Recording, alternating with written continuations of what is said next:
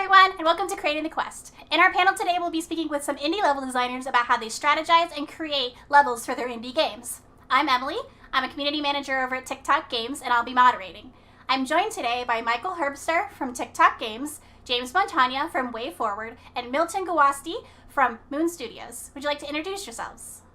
Hi, I'm Mike Herbster. I've worked in the game industry since 2006 as a level designer up to director, and I've worked on such games as Shovel Knight Treasure Trove, Boy and His Blob, Double Dragon Neon, and Contra 4.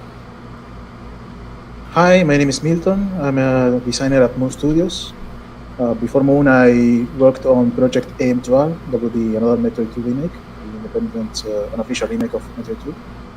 And right now I'm working on Moon Studios.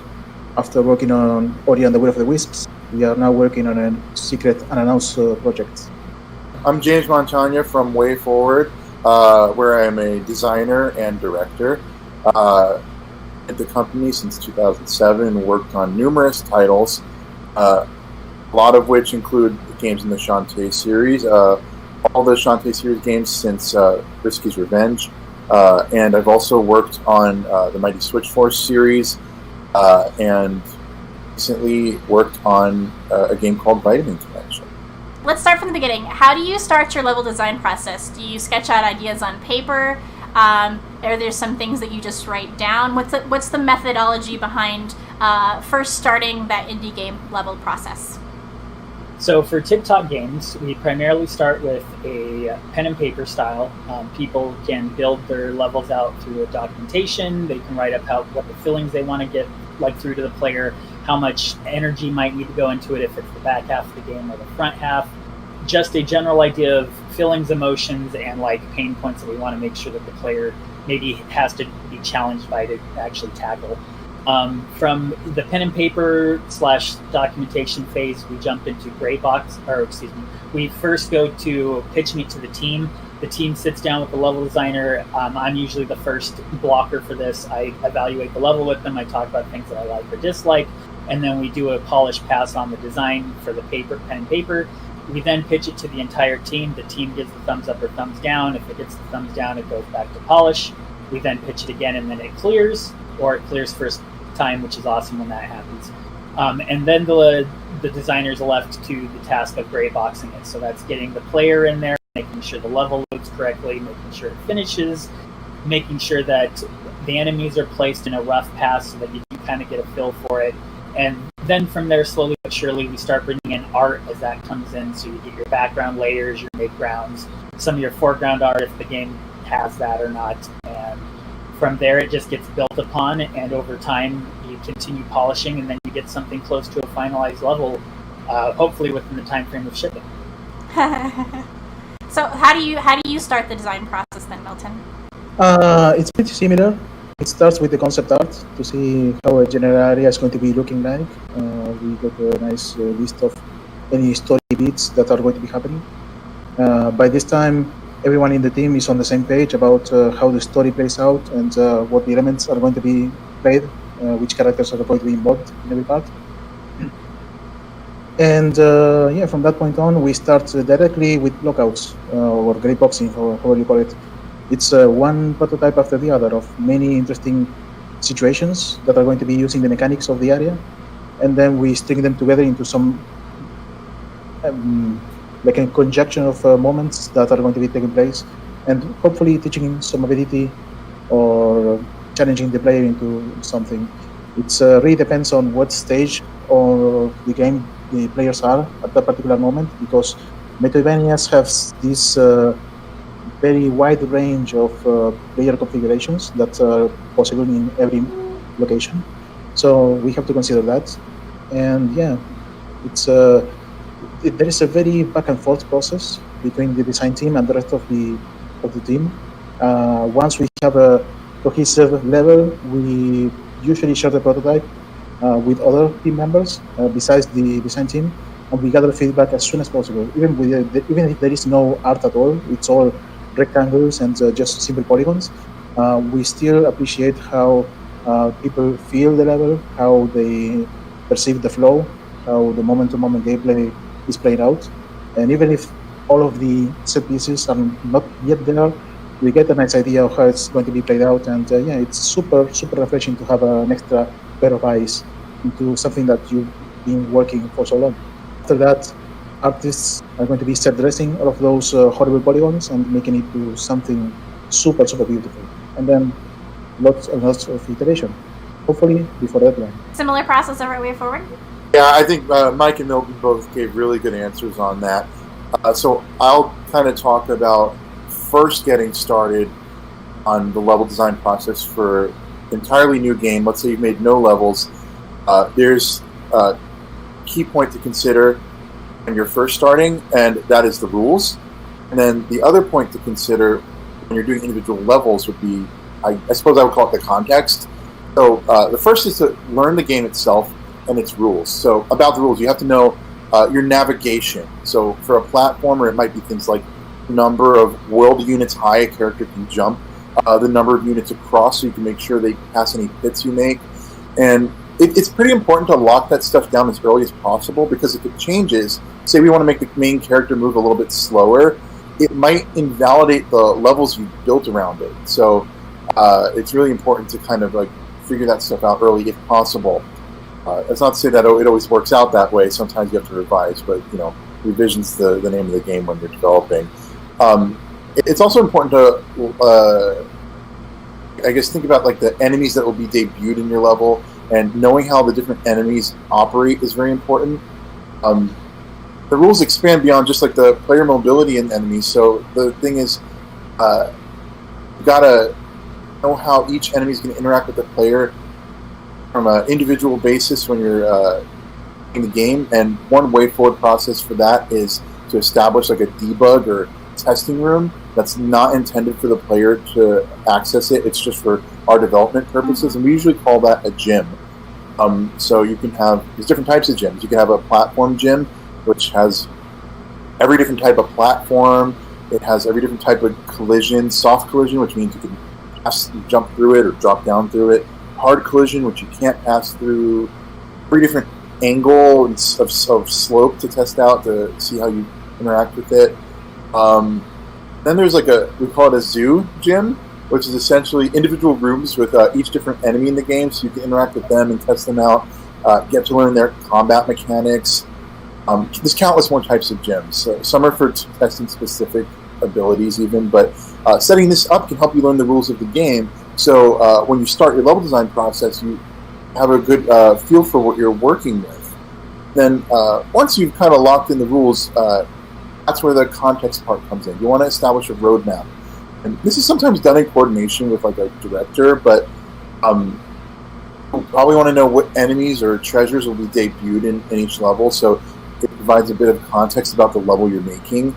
And like, where in the game is the level? Can it be reached early on, where players are still getting a feel for everything, learning controls, or perhaps it's a point where the players unlocked all their abilities and you have every tool at your disposal. In a non-linear exploration game, which is sometimes informally called like a Metroidvania, right? Knowing what tools or abilities that the players have access to at any point in time is critical, so you can design around those.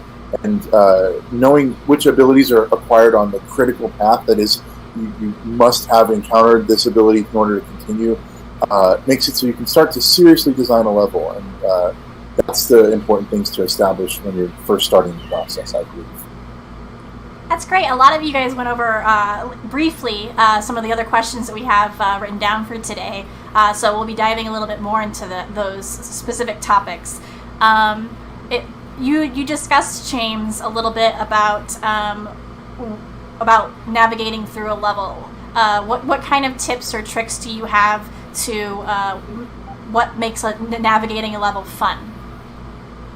Sure. Well, I kind of think of the level designer as a conductor orchestrating the experience for the player, right? So it can be like a battle of wits between the designer and the player sometimes. We're kind of always at like this advantage because you have the ability to completely wipe the player out at any second. If you want to like make like a crushing ceiling slam down at 0.5 seconds with no time to react, obviously you could do that and someone would call it cheap and say the game isn't fun. So yes, it's this battle of wits, but we have to be mindful of that and coast them in and like orchestrate the experience so they feel empowered where we want them to feel empowered, or overwhelmed where we want them to feel that, etc. So I think being mindful of that is a key point to the fun factor of navigation. It might be as simple as giving the player a platform to rest on, like okay, so using Shantae's Labyrinth as an example, right? There's that's an example of like a non-linear room-based level design style, and it throws room after room of like these like varied challenges at you.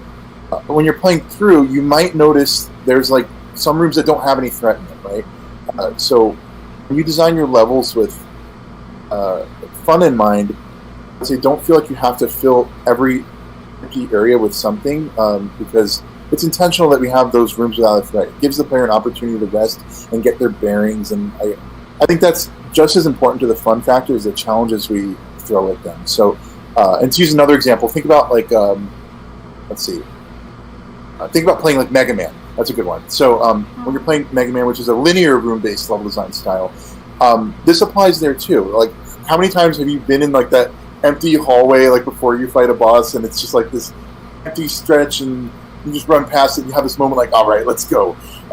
Or maybe you stop and you assess it and you like look at your abilities and see, okay, I have this much ability left. It's important to let the player breathe and be in their head for a moment to actually stop and acknowledge the fun they're having as they navigate through the level. Much like James just said about doing an orchestra, I actually 100% agree in that aspect. It's like setting the right tempo. It's like figuring out, like, does your song start off with a lot of hard hits? Does it give the player enough time to breathe in between?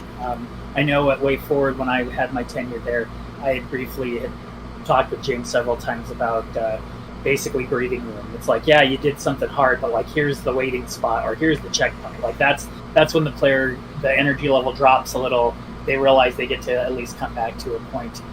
Or like setting your checkpoint in the Ori games, which I really appreciate that you guys have that functionality as well.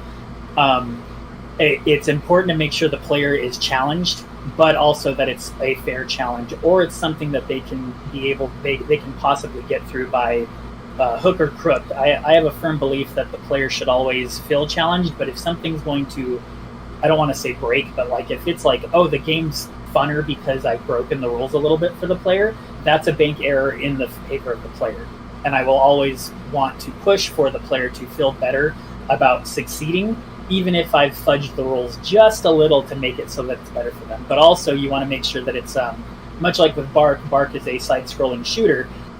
That's previously a lot of my work's been platformers, so this is a whole new genre of like auto-scroll shooter that I've had to evaluate and think differently of. Not to call out James for Cat Girl Without Salad, but I know you were a part of that, so you've probably felt similarly about waves of enemies flying in. It's like, how much is too much? How much can you throw at the player? Well, okay, I've used those guys way too much now. Let's toss in a little bit of pepper for this scene. Let's throw in the brass in this one to do a cooking and a symphony motif there for everybody. But to pull it all together into one piece definitely is what the level designer is trying to do. It's trying to make sure that all the loose ends are pulled in correctly, everything feels good, and that the player is not only challenged but feels rewarded from doing it. It's not a, oh my god, I got through it and now I don't want to play anymore. It's an, oh my god, what's next? Now I know that Ori has some really smooth navigation in their levels. Everything always just feels like a symphony. Do you have any like kind of hints or tricks that you use for making navigation fun through that? Well, it really helps that the player character, the controller for Ori, is super smooth and it's just fun to jump around, just a wall jump. It feels bouncy and fun and floaty, and that's already a huge advantage. We only need to make nice, lovely playgrounds for players to express themselves, and in doing so, we also did expand a lot on the combat mechanics for Ori and the Will of the Wisps. So there is a certain synergy between the platforming and combat. There is a lot of movement and positioning involved in the Ori's combat right now. The combination of melee and range attacks is something that allows the players to just combine that whatever they want, and finding the right combinations of enemy behaviors to throw at the player at several points is interesting. But usually the challenge regarding combat is pretty much safe for very specific set pieces where the player is trapped in a room and they need to defeat a couple of enemies. And those are very carefully crafted combinations of enemies to actually make a fun encounter. And there's also the optional shrine challenges that you pretty much need to fight several waves of enemies to get an upgrade. But that's optional, and that's something that the players are going to be engaging by themselves if they want to be, trying their new loadout on a set of enemies. Then again, like it was already described, emotion, silence, going through the paces of what the player is going to be experiencing is something that we take into consideration in every section of the game that we want to design. There is a moment that we are going to be having an introduction to some new enemy, then we are going to be having a small story moment, then we're going to be seeing some set piece that we cannot interact with yet because that's going to be requiring some ability that we are going to be getting later on. Then we get the ability, we have a small safe section of the level that's just designed to have fun with the new ability that you learn. And then when you re-explore and rediscover the same level with your new ability, then suddenly it opens up into more possibilities, both for the combat, traversal, exploration. And usually in Ori, it either ends with a boss that's going to be taking pretty much your skills to the test, or an escape sequence that's pretty much execution. If you react enough with the new abilities that you got, then you're going to be doing just fine.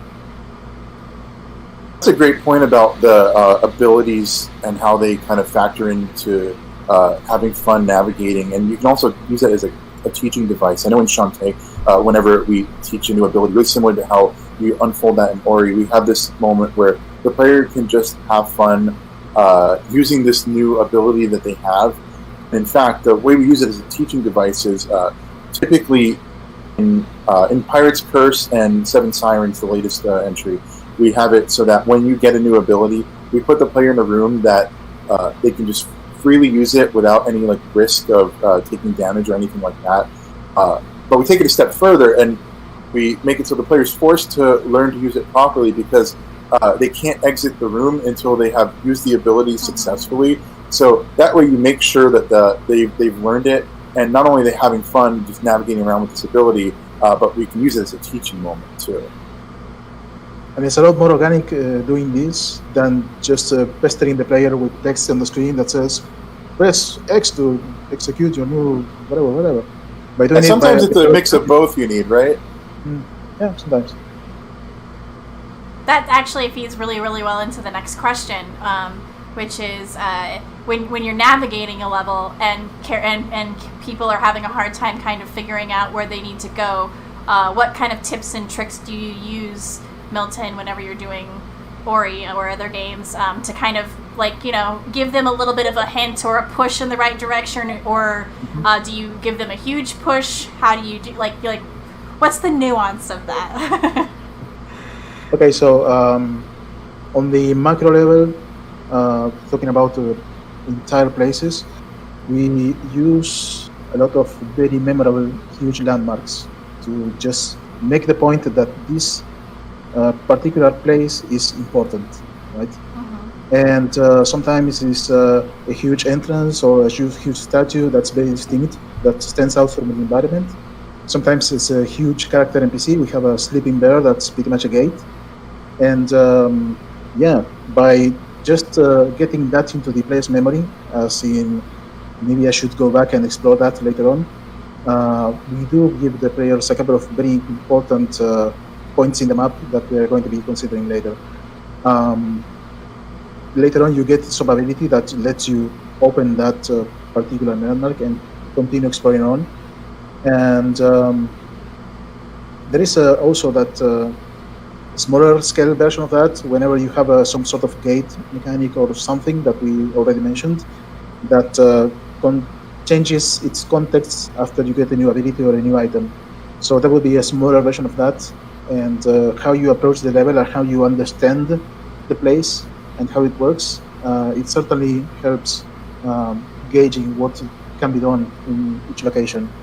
And for the moment-to-moment gameplay, small details like panning the camera towards a place that should be on the player's attention, or maybe playing a little bit with a splash of color or some distinctness in the art.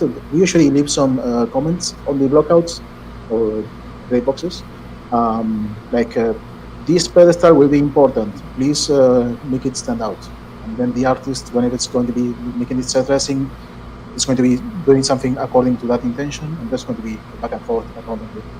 But then again, those are small nuances that do help and are not very intrusive, and they pretty much are in theme with the level. I know that recently we were discussing this for a thing in B.ARK, Herbster, about there was like a gate that people had to go through, and specifically how we pointed them in the direction of how to open that gate. Yeah, it was so there's two trains of thoughts that I have for making sure to draw player attention. One of them is definitely making sure like the art surrounding the area is definitely eye-catchy. The other aspect is possibly putting like a sheen on breakable objects or other things like that, so they almost visually stand out from the world itself, even though they are a part of the world. One thing that I know Valve does that I'm really impressed by when looking back at like their older stuff, like Half-Life 2 and other things like that, in a 3D space, you can obviously control like lighting a lot more than even Ori actually does a good job of lighting for this as well. It's like if there's an open new path, it's like gleams of god lights like shine through it, and you can tell that you're supposed to interact with them next. Or in Valve's case, it's like there's only one singular lamppost over the door frame that's slightly ajar that you need to go inspect. It's like it's basically always drawing the player's attention in the right direction to make sure that they're focused and being led, but obviously not feeling like they are being led in that direction. It's like the game's environments effectively lead them to the jelly bean trail or breadcrumbs that lead to the exit point. The other key takeaway that I've learned, even from B.ARK specifically, is that since we're in an auto-scroller all the time, since it's a shooter, it's like making sure the player isn't interested in areas that could get them killed. It's like, yeah, we want to have a whole set of guppy enemies fly out from this hole, but if the hole's too wide, then the player's going to go, that's a secret, I'm going up in there. And it's like, yeah, we can't do that. Try to pull it in a little bit, maybe fudge the sides here, make sure the art kind of covers it up. Here's some load-bearing art just right there. And it's like, hopefully that's enough to keep the player out. You're still always going to get somebody that's, not to throw James under the bus, but the player expect everything and break it all, which is a great portion of why I love working with James, is because James can find all the holes that I will find every single thing you didn't intend me to see and break it. Which, you know, is an important part of level design too. It's not only about like designing the navigation of where you want to push the player. It's making sure like to not draw their eye where you don't want them to go. Right. So yeah, there's a few different ways to do that as well. So I think this is maybe ingrained in us as players from a lot of old school games. Will do stuff where you'll get rewarded for going through a wall that looked like a solid wall, and you'll find something where, like, I think of the original Super Mario Brothers, where you're just running along the top of like the second 1-2 stage, and you get to the warp zone, which is fun too. I think a lot of games these days try to maybe players over the head with it a little bit more, but back then it was a little bit more hidden. So I think old school gamers in their DNAs like explore, push against every wall to see if you can go through it. Mm-hmm. I mean that's a way of doing things. As far as navigation goes, if all else fails, you can do what Super Mario World does and just always put like an arrow sign in the background. I mean, hey, it works for them. If it's good enough for Mario, I think it's okay. Just to make a coin trail, whatever the context is. Lead the player with coins.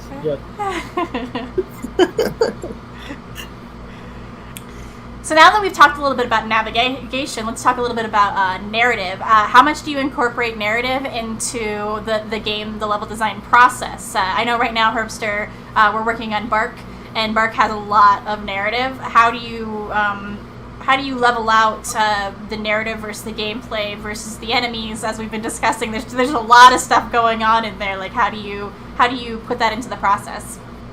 So for the early stages of gray boxing, even before that, when we're doing the pen and paper, initially, since we knew a lot of the backstory and how the enemies were going to tie into our main characters for B.ARK, we specifically tried to make sure to call out in our level design draw-ups, our blueprinting almost, where key story points were going to trigger. We didn't necessarily know what was going to be said or kind of what was going to happen, but the general feel of like, okay, we're going to have a conversation with the main baddie and the 4 pilots for this section.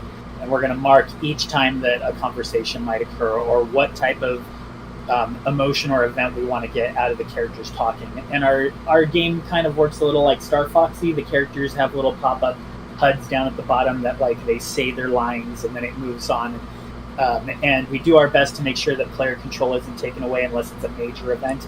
And in order to make sure that it all feels fluid.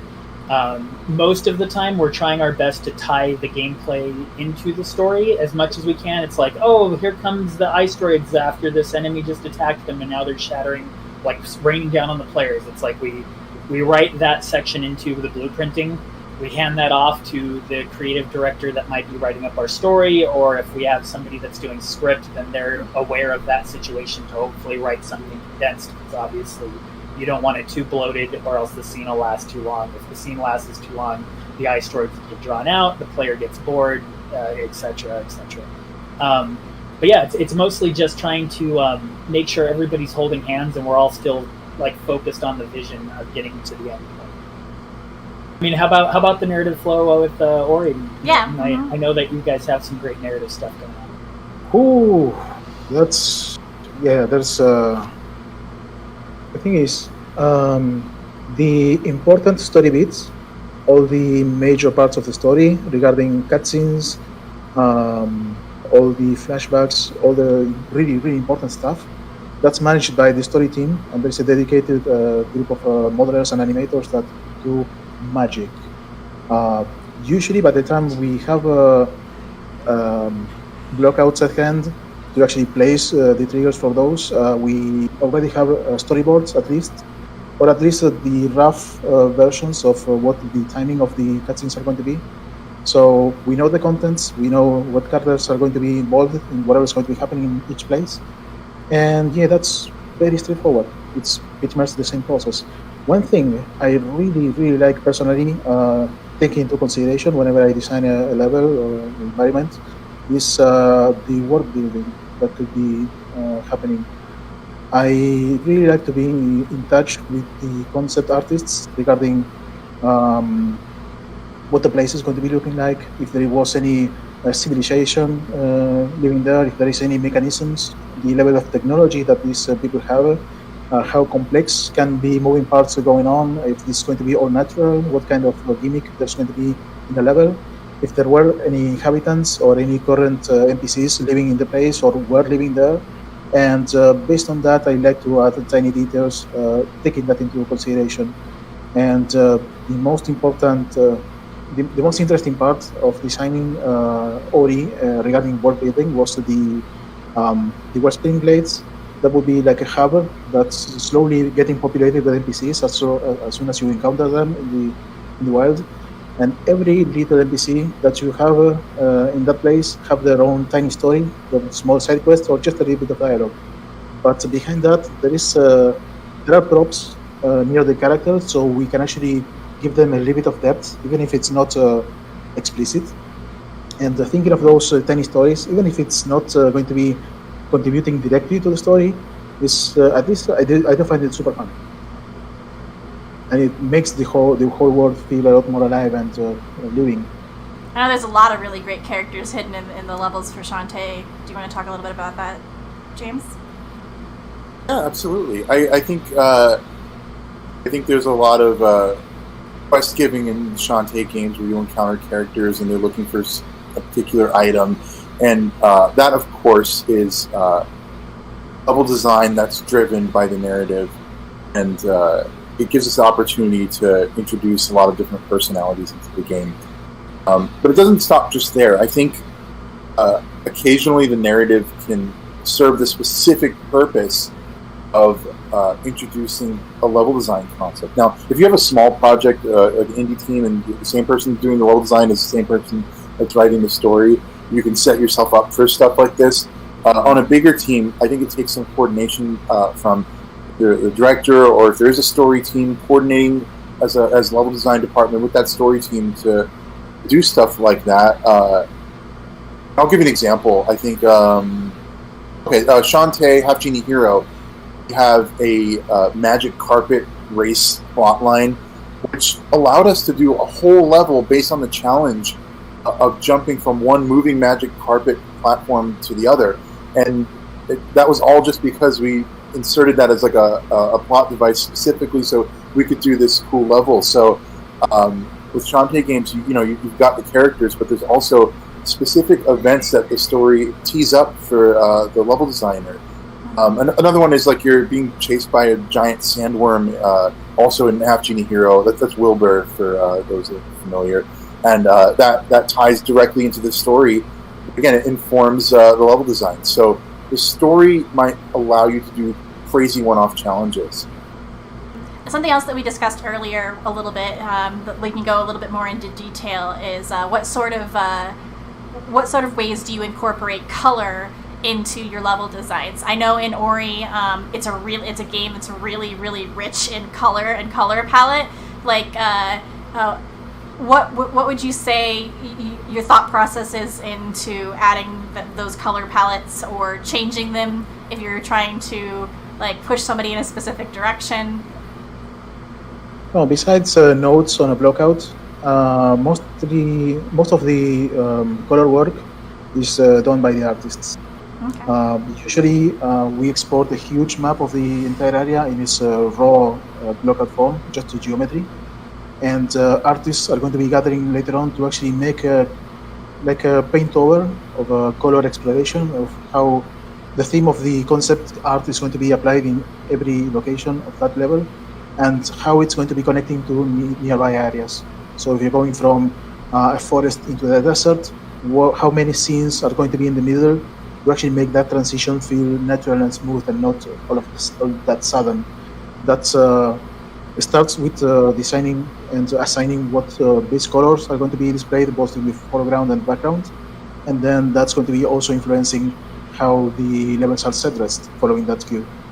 I know that Vitamin Connection is a really colorful game as well. It kind of reminds you of like the colors in like a cartoon of sorts. What would you say was like the colors were used in level design for that game? So it is a very colorful game, and so I think with that one, we definitely wanted to make sure that the colors were used to create sort of a contrast. So a lot of our backgrounds in that game are darker, so that the enemies and the character, which is a colorful like capsule ship, will really pop on screen. And we have these like really bright walls. So by playing with the color and the level design, deciding what color we wanted the walls to be, we could help draw the player's eye to what are the walls. In that game, you don't want to collide with the walls. You're trying to navigate through them, right? So we use these vibrant colors so they pop against the dark background. So this is the area you can navigate through freely, and then this is the area that is you want to try to not collide with. And then all the enemies and stuff will pop out on the darker background. And different colors will create a different mood. So we tried thinking about like what sort of colors we want to use in different levels in that game. So we have a level where you're inside of a dog's intestines, and the colors of the walls are like a really bright orange, yellow color, and the pace of that stage is very fast. It creates this very alert feeling. Then when we have like a calm, kind of slower moving stage, we'll use like kind of a blue tones. So these different tones tell a different story. And it can not only set a tone, but you can get a lot of mileage in terms of using the same art. Now, this is for Shantae. I don't know if this is like a secret. I'm going to blow someone's mind here. But the different labyrinths in Shantae actually use the same artwork for the floor and the wall bricks in every different labyrinth. No, right? It's the same art, but we color it differently. So you can pair that with a different background, and suddenly it feels like completely fresh and different. And something I also like to do with Shantae is play with the lighting. So I'll tint rooms different colors. And in our latest Shantae and the Seven Sirens, the first labyrinth of the game is the Water Lily's Den, which I was responsible for designing much of. And the first time you encounter a captive genie, Plink, is in a room where she gives you this special power to transform into the Dash Newt. So in order to really accent this room as being special, ethereal, I kind of brightened up the colors overall, and I put a subtle blue tint or glow over everything, and just ribbons of blue colors streaming through the background. And even if it's just subconsciously, the player feels this energy flowing through the room, and it's not like other rooms. A different mood has been set entirely. The player senses it. I know that all the characters in B.ARK currently, they all have specific colors that kind of represent them. How do you come up with a level and have them all fit into that level? Primarily, a lot of focus went into applying the characters on the background, seeing if they pop correctly. Very similar to the way that James described Vitamin Connection. I almost tripped on that one. That would have been a bad one. But the aspect of just making sure the characters pop, just to call out some fun stuff that might have been seen recently, was we have a stage Jupiter that has a really very yellowish hue for the background, but there's these jellyfish in the stage, and they really pop because they're a vibrant purple, but then they shoot off little electrical bolts that are also yellow, but you can actually see them because they're a darker shade than the background itself. And it's just a very vibrant scene of oh, well, what's that? The levels haven't our shooter is primarily focused on the easier side. You can touch the walls without too much of a worry, which is not the way classic shooters work, but for this one we're trying to make sure that it's kid-friendly along with challenging for adults. But that level in particular is actually on this level, don't touch the walls. And that's the big rift of that stage, is the focus is the back half, now you're playing a game of don't touch anything, but still focus on shooting your bad guys in the process. So it's more about making sure everything's visually stunning, making sure if your character has a super, that's got a good VFX attached to it. I know over at WayForward you guys have Joel. That guy's amazing for really knocking up things to an extra notch in order to catch eyes. We've got a great VFX team at TikTok as well, and all of our supers and everything just really pop on screen when they're triggered and other things that involve just keeping the player focused on their actions and what they can do. So now that we've kind of gone over some of the broader concepts of creating a level, how do you measure the success of that level that you've been creating? I know a lot of times people will use playtesters, and if you do use playtesters, what kind of questions do you ask them? What's the process behind measuring that success, Milton? Usually we observe them in their natural habitat from a distance, trying to not interfere with their experience, because the more you interfere, the more you adulterate the results. You almost taint the water, right? You don't want to. I can just imagine Steve Irwin talking about it back. And the moment they do something that you don't want them to do, you goes, oh, don't go there, please. That's not how it's supposed to work. Yeah. That kind of thing is eye-opening sometimes. You get this point of view that are fresh compared to, seeing the level all the time and, having these issues that you don't see because they are so close. Yes, iteration after iteration and tester after tester until they pretty much go through the motions however you want. Another very important tool that comes a little bit later on is telemetry.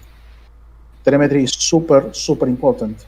Once more testing is conducted, usually by the entire team, you start to see the patterns and the places where there are spikes in difficulty. If you are able to actually visualize an overlay over the map where people are actually dying the most, that was pretty eye-opening into some places that we thought were normal or a little bit easy, but suddenly in the hands of other players that were not the design team, those were actually challenging. And the most use for that was to balance the escape sequences. Escape sequences went through many iterations, and I was the main designer on that on those. And yeah, for me they were super easy, and suddenly it wasn't the case. I'm So, still yeah, struggling with a few of them. So many Yeah, that's the hardest part. Yeah. Yeah, yeah. The sooner you get the opinion of other people, the better, and the more the cheaper the changes are going to be on the long run.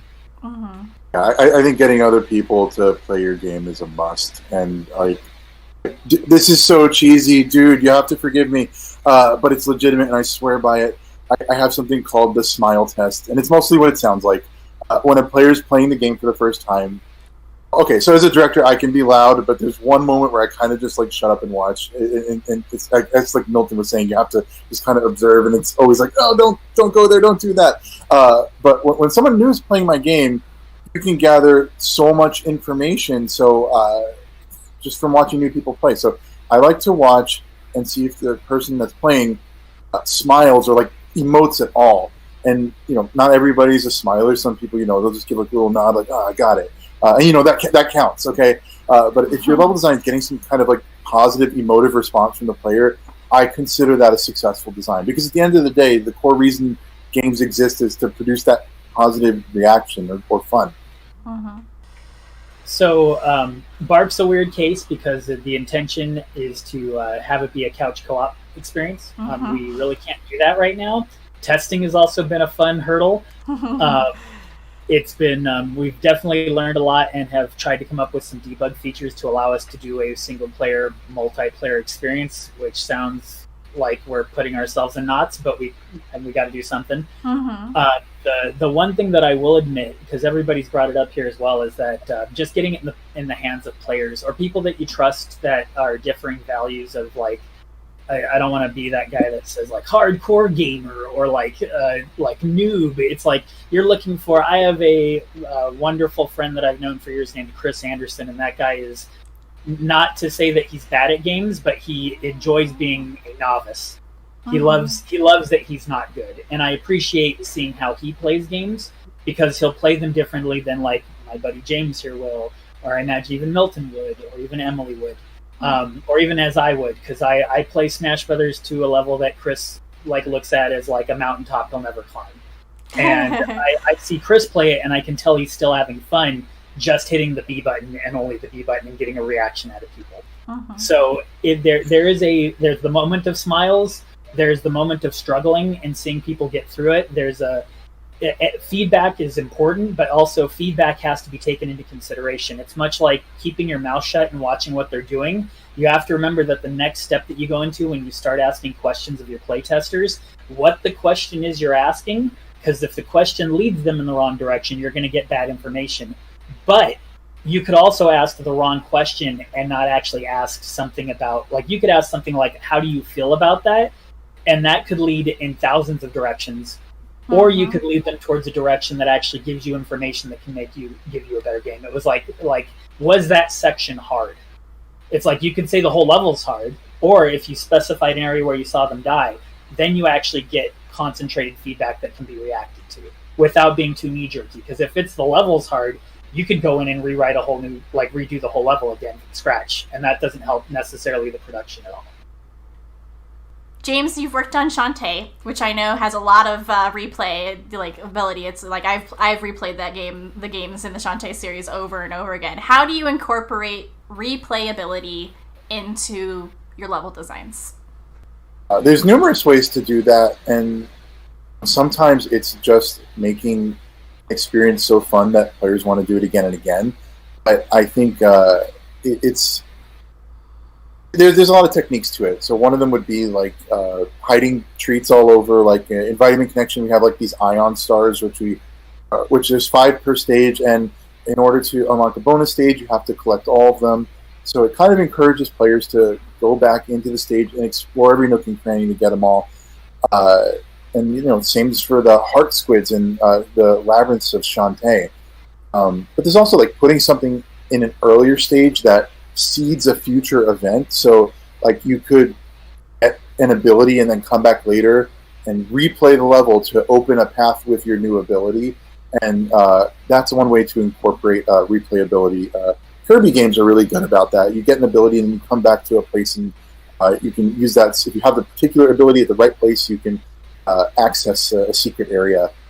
I also directed a Mighty Switch Force game, which was a Mighty Switch Force Hose It Down, which you can get on iOS, Android, Steam, PC. But in that game, the puzzle designs were specifically crafted so that players would want to go back and try again to get a better clear time. So another way you can incorporate replayability is encouraging players to do better in the stage, whether it's the time, the number of things they collected. Just encouraging them to go back and accomplish something greater is one way to incorporate replayability. Specifically from like a B.ARK direction, B.ARK's got like since we're in the vein of like classic shooters or shoot 'em ups, primarily we have a high score system. So part of the play session, it's like once you finish a stage, you get your tally screen and it spits out a high score, and then that's tracked. So the player can see how much they might have improved or how many enemies they might have downed. Very similar to like Star Fox, which actually Star Fox 64 marked how many guys you killed, and you could get medals for that.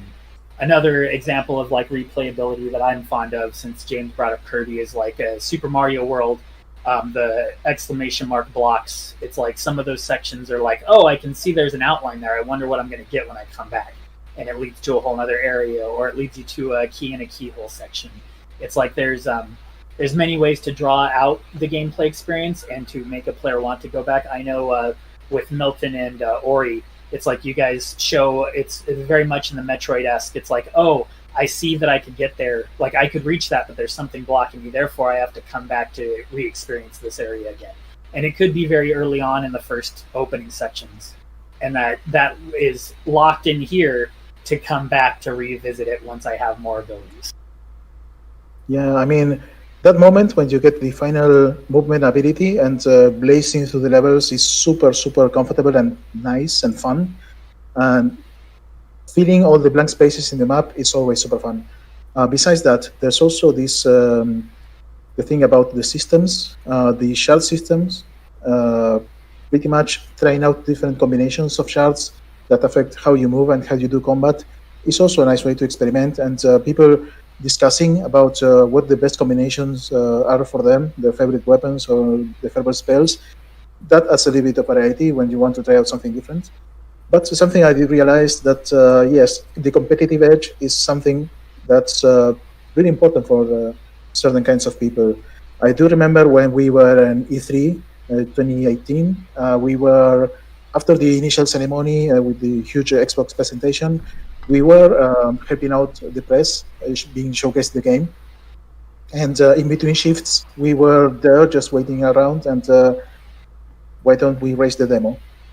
Who is fastest? I designed the level, I should be the winner. No, I'm very skillful, whatever. And suddenly we have a row of 6 different people, all part of the design team, artists, whatever, and we were racing, we were speedrunning in real time. And that was fun. It was amazing. I cannot second, but yeah. The thing is, based on that, they did emphasize a lot on the Spirit Trials game mode. And suddenly, from that, that was showcased in Gamescom later. Mm-hmm. So, yeah, there is a little bit of this competitive edge, and having that happen with such a well-flowing game like Ori, it's always super fun. Well, awesome. That looks like it's time, guys. We don't have any time for any more questions, unfortunately. But would you guys like to promote a little bit about your projects, where we can find you on social media in the future? Sure thing. Definitely check out Vitamin Connection. It's a Nintendo Switch exclusive game that has a co-op gameplay focus, but you can also play it solo. And it puts you in the role of characters Vitaboy and Minigirl, and you pilot a vitamin capsule ship, and you go inside of people's bodies or inside of objects, like there's a TV stage. One stage you're even in a family dog, and try to heal them from the inside by fighting a bacteria menace. And there's a variety of sub-games in that as well, which are a lot of fun. And also check out our latest Shantae release, which is Shantae and the Seven Sirens. And that's on all major consoles: PlayStation 4, Nintendo Switch, Xbox One, PC. Definitely worth checking out. And follow WayForward on Twitter, @WayForward. If you want to follow me personally on Twitter, I've made a public promise to eat a piece of candy for each person that follows me. So if you'd like to feed me candy, you can follow me @JamesPopstar. And feel free to hit me up and ask me any questions you have about WayForward games. If you haven't played Ori and the Will of the Wisps yet, feel free to get it. It's on Xbox and PC. It's also included on Game Pass. It's a beautiful game, objectively speaking, of course. And yeah, it's a lot of fun. Right now, if you want to follow me personally, you can find me on Twitter at Dr. M64. And yeah, if you want to reach out or whatever, I'll be here. B.ARK is a 4-player co-op shoot-'em-up. It's in the vein of Parodius, classic shoot-'em-up. That's what we're aiming for with the game. And our focus has been making sure that the game can be played from all ages while still being challenging for people that love the genre while still making it easily accessible for children. We have some cool features like sidecar mode. If a buddy dies, you can pick them up and help them to get to the end of the stage. Or our other fun aspect is we have super fusions. So your character already has a super, and then you go into another player's super. You briefly make contact with each other, and it'll enhance the super to a new level. Beyond that, we've got some cool tally screens and some great 4-player action coming your way soon on the Nintendo Switch. If you're interested in more information about B.ARK, please take a look at following us on Twitter at TikTok Games. And if you're interested in reaching out to me with any questions that you may still have, please feel free to hit me up through Twitter at Michael Herbstar. The last E in my normal name of Herbster is replaced with an A. And hopefully, maybe in the future, these 4 of us could get together to play some B.ARK when it's out. Thank you for joining us today, everyone, and thank you so much to James, Michael, and Milton for coming on the panel to discuss indie level design with us. I hope you guys enjoy the rest of your PAX Online experience.